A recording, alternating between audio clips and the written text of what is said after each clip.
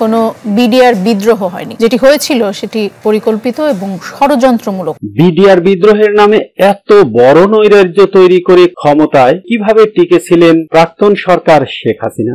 ভারতীয় চক্রান্তের অংশ হিসেবেই শেখ হাসিনা সরকার সেনাবাহিনীর ৫৭ জন কর্মকর্তাকে হত্যা করে তা বিডিআর বিদ্রোহের নাম দিয়ে মিথ্যে বানোয়াট বিচারের নামে প্রহসন করেছেন বলে অভিযোগ করেছেন বিডিআর সদস্যরা।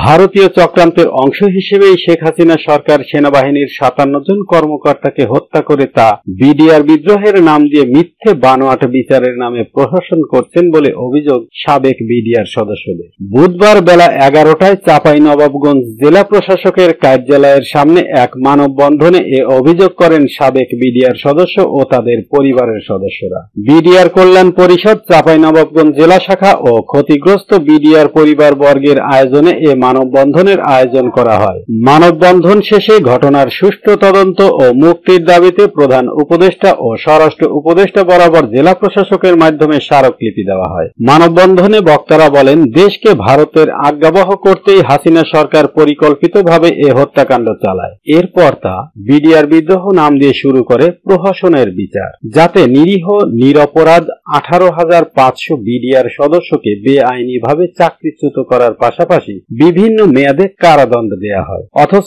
সেনাবাহিনীর চৌকস কর্মকর্তাদের হত্যাকাণ্ডের বিষয়ে কিছুই জানতেন না বিডিআরে কর্মরত সদস্যরা। বক্তারা আরো বলেন, ক্ষমতায় আসার ১ মাসের মধ্যেই তার বাবা হত্যার প্রতিশোধ ও ভারতের চক্রান্ত বাস্তবায়ন করতে সে দেশের গোয়েন্দা সংস্থার মাধ্যমে এ হত্যাকাণ্ড চালিয়েছে। অথচ তার খেসারত দিতে হচ্ছে সীমান্তের অতন্দ্র প্রহরী দেশপ্রেমিক বিডিআর সদস্য ও তাদের পরিবারের সদস্যদের। সব নিরপরাধ বিডিআর সদস্যদের কারামুক্তি ও চাকরিতে পুনর্বহালের দাবি জানান সাবেক বিডিআর সদস্য ও তাদের পরিবারের সদস্যরা। মানববন্ধনে বক্তব্য রাখেন বিডিআর কল্যাণ পরিষদ চাঁপাইনবাবগঞ্জ জেলা শাখার সভাপতি নায়েক মোহাম্মদ আখতারুজ্জামান, সমন্বয়ক সিপাহী মেডিসিন মোহাম্মদ আব্দুল মতিন, প্রচার সম্পাদক মোহাম্মদ রুবেল রানা, যোগাযোগ উপদেষ্টা সিপাহী মোহাম্মদ সোহেল রানা, সদস্য সচিব ল্যান্স নায়েক মোহাম্মদ শফিকুল ইসলাম সহ অন্যান্যরা।